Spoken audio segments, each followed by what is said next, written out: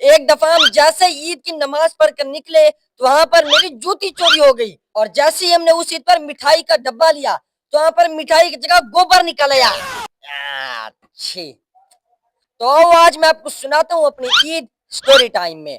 देखो, हम लोग जो दोस्त थे ना, हम कुछ ऐसे दोस्त थे कि हम ईद से पहले प्लान बना लेते थे कि इस ईद पे ये करना है वो करना है, और हमारे साथ होता कुछ यूं था कि ईद के दिन वो चीजें होती ही नहीं थी जो हमने प्लान की होती थी। तो इसलिए जैसे ये ईद आने वाली थी ना, तो मैंने अपने दोस्तों से कह दिया था कि भाई इस बार हमने पहले से कुछ नहीं प्लान करना, जो भी देखेंगे हम ईद के दिन ही वही प्लान करेंगे और वही करेंगे। तो उन्होंने भी कहा कि ठीक है।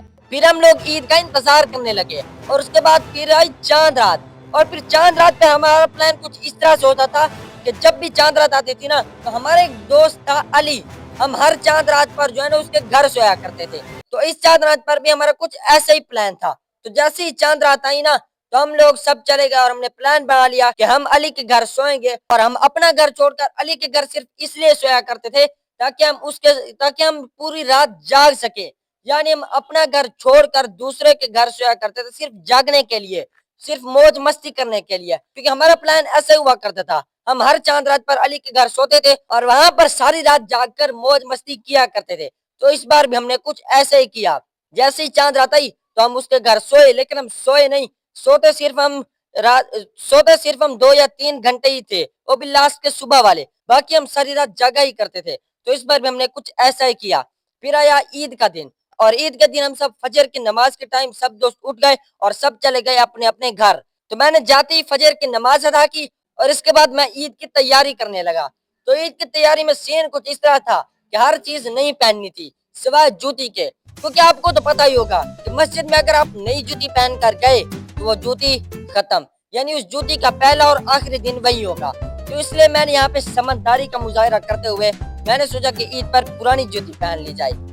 देखा, मुझ में भी इतनी अकल है। तो इसके बाद मैं चला गया ईद की नमाज पढ़ने। फिर मैं गया और वहां पे मुझे अपने दोस्त भी मिल गए। फिर उसके बाद मैंने देखा कि वो लोग जो थे ना, उन्होंने भी अपनी पुरानी जूतियां ही पहनी हुई थी। फिर उन लोगों ने कहा कि यार जूती को यहाँ पर मत रखो, क्योंकि यहाँ पर चोरी हो सकती है, बेहतर होगा कि हम किसी जगह पर छुपा देते हैं। मैंने कहा भाई नहीं यार, ऐसा नहीं होगा, मैं वैसे भी पुरानी जूती पहन के आया हूँ, कोई भी मसला नहीं है। तो उन्होंने क्या किया कि उन्होंने अपनी जूतियां छुपा दी, लेकिन मैंने वहीं पर ही रख दी जहाँ पर जूतियां रखी जाती हैं। फिर उसके बाद मैं चला गया ईद नमाज पढ़ने। फिर हम सब लोगों ने मिलकर ईद नमाज पढ़ी, और ईद नमाज पढ़ने के बाद हम सब लोग बाहर आए, और बाहर आकर वो मेरे जो दोस्तों ने जूतियां छुपाई होती वो अपनी जूतियां ले आए। और जैसे ही मैंने देखा तो मेरी जूती नहीं थी। तो मेरे दोस्तों ने मुझे कहा मुबारक हो, आपकी जूती चोरी हो चुकी है। तो मैंने देखा और मैंने कहा अबे यार, जूती चोरी होगी। तो मैंने जो है ना वहां पर, यानी अंदर से जो है ना, मैं बिल्कुल हिल चुका था यार। मुझे गम था। वैसे तो थी भी मेरी पुरानी जूती, लेकिन फिर भी जो है ना वो फीलिंग, बैड फीलिंग आ रही थी। तो मेरे दोस्त मुझे चिढ़ा रहे थे, तो मैं जो है ना फेक स्माइल, फेक ऐसे ही हंस रहा था। मैंने कहा कुछ नहीं होता, बस ऐसे ही। तो वहां पे यार अब मैं सोच रहा था कि अब मैं घर कैसे जाऊं। तो आपने देखा होगा कि मस्जिद में जो है ना अक्सर ऐसी जूतियां रखी होती हैं जो कि वॉशरूम में इस्तेमाल करने के लिए होती हैं। तो उस मस्जिद में भी ऐसी 2-3 जूतियां रखी हुई थी। तो मैंने क्या किया, मैं वहां से ही एक मैंने पहनी और सीधा चल पड़ा घर। फिर मैं घर आया, उसके बाद मैंने अपनी नई जूती पहनी, और मैंने शुक्र अदा किया कि मैं नई जूती नहीं पहन के गया था, वरना इसका भी आज पहला और आखिरी दिन होता। फिर उसके बाद मैंने नई जूती पहनी और मैं चला गया अपने दोस्तों के पास। फिर हम सब लोगों ने वहीं पर ही प्लान बनाया कि हमारे गांव के पास में जो शहर था ना, हम वहां पर जाने वाले हैं, और वहां पर जाके कुछ खाने पीने की चीजें लेके आते हैं और उसे खाएंगे अपने गांव में ही। तो हमने कुछ इस तरह का प्लान बना लिया, जो कि हम अक्सर हर ईद पर ही बनाया करते थे। तो हमारे पास 2 मोटर बाइक्स थी, और हम टोटल 6 बंदे थे। तो हम लोगों ने 3-3 बंदों का ग्रोह बनाया और 2 मोटर बाइक पर चले गए। तो फिर हम वहां पर चले गए। तो जैसे ही हम लोग वहां पे जा रहे थे ना, तो हमारी एक मोटर बाइक का टायर पंचर हो गया, और टायर भी उसी जगह पे पंचर हुआ जहाँ आसपास कोई भी दुकान भी नहीं थी। तो अब हम लोगों ने सोचा अब तो धक्का लगाना पड़ेगा। तो हम जो 3 लोग थे ना, हम मोटरसाइकिल को धक्का लगा के आगे ले जा रहे थे, लेकिन हमारे साथ जो और 3 लोग थे ना, वो बहुत डर गए थे कि यार हमसे ये काम नहीं होगा, हम तो जा रहे हैं घर, बाद में ही देख लेंगे। तो हम लोगों ने उन्हें रोका कि यार नहीं मत जाओ, ऐसा हो जाता है, हम आगे दुकान है तो हम पंचर लगा लेंगे। लेकिन वो नहीं रुक रहे थे, उन्होंने हमें पैसे दिए और कहा कि तुम लोग लेके आ जाना। फिर हमने कहा ठीक है, तो वो तीनों हमें रास्ते में ही छोड़ के चले गए। उसके बाद हम फिर आगे गए और हमें एक दुकान दिखी और हमने वहां से पंखा लगवाया और हम फिर से चले गए आगे और हम आगे गए और हम सीधा गए पहले तो बिरयानी की दुकान पर। हमने वहां से जो है ना अपने जो पैसे थे उससे दी बिरयानी। फिर उसके बाद बिरयानी लेकर हम चले गए कुछ मिठाइयाँ लेने के लिए। फिर हम वहां पे गए तो हमारा उसी तरह प्लान था एक केक लेने का। फिर हम जो है ना वहाँ पे मिठाई की दुकान में गए और हमने जो है ना वहाँ पे केक लिया। और या यकीन मानो वहाँ पे जो है ना जो केक था ना वो मैं जिंदगी में पहली बार देख रहा था।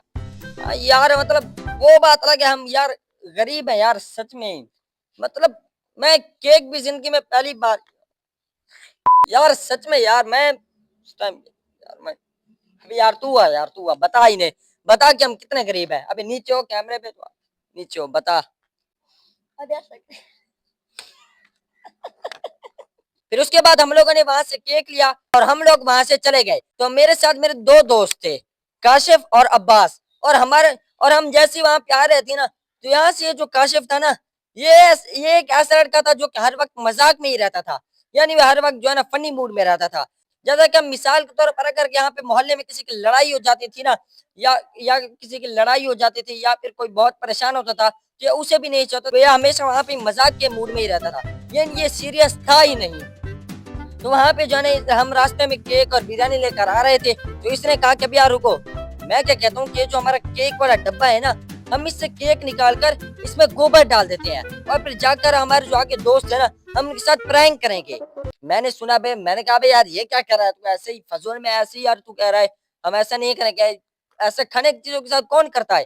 तो वहाँ पे जो हमारे एक और दोस्त है ना हमारे साथ काशिफ, तो वो भी बोला अभी हाँ यार चलो आज कर ही लेते हैं, चलो मौज मस्ती हो जाएगी, प्रैंक हो जाएगा, थोड़ा शुगल हो जाएगा। तो मैंने उनकी बात सुनी, मैंने कहा अच्छा चलो ठीक है फिर आज ऐसा कर ही लेते हैं।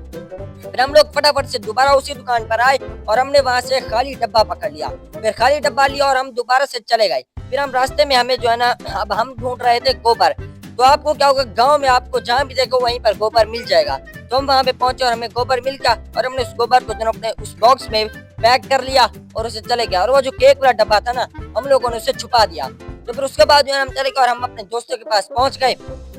उसके बाद जो है ना हम सब तो उसके बाद तो हम सब पहले तो हम सब लोगों ने मिलकर बिरयानी खाई। तो उन्होंने कहा कि केक जो है ना मीठी चीज है उससे बाद में खाएंगे। तो सब लोगों ने मिलकर बिरयानी खाई। उसके बाद जब केक खाने की बारी आई ना तो हमारे एक दोस्त ने कहा कि चलो जो है ना अभी केक भी खाते हैं और उससे पहले जो है ना एक रील भी बना लेते हैं। हम केक को जो है ना से डब्बा यानी अनबॉक्स करेंगे। तो उसके बाद हम तो उसने जो है ना मैंने भी कहा चलो ठीक है रील बना लो क्योंकि मुझे तो पता था आज बहुत मजा आने वाला है। तो फिर उसने जो है ना ऐसे सीधा कैमरा कर लिया और फिर उन लोगों ने जो है ना केक के डब्बे में से ऐसे वहां पे टेप लगी हुई थी उन्होंने वो उतारी। और जैसे ही उन्होंने केक वाला डब्बा खोला ना पहले तो वहां पे थोड़ी थोड़ी बदबू आने लग गई थी। और जैसे उन्होंने केक का डब्बा खोला ना तो उन्होंने देखा कि वहां पर जो है ना केक की जगह इतना सारा गोबर रखा हुआ था। भाई उन लोगों ने देखा और वो अचानक से हैरान रह गई, कभी ये क्या निकल आया। तो वहां पे जो हमारे दोस्त खड़ा हुआ था ना काशिफ, तो उसने कहा मस्ती। तो हमारे जो बाकी दोस्त थे ना उन्होंने उसे देखा और वो जो गोबर था ना उसे सीधा उठा के उसके मुंह पे पटका और उसे मुंह पर मार के कहा मस्ती।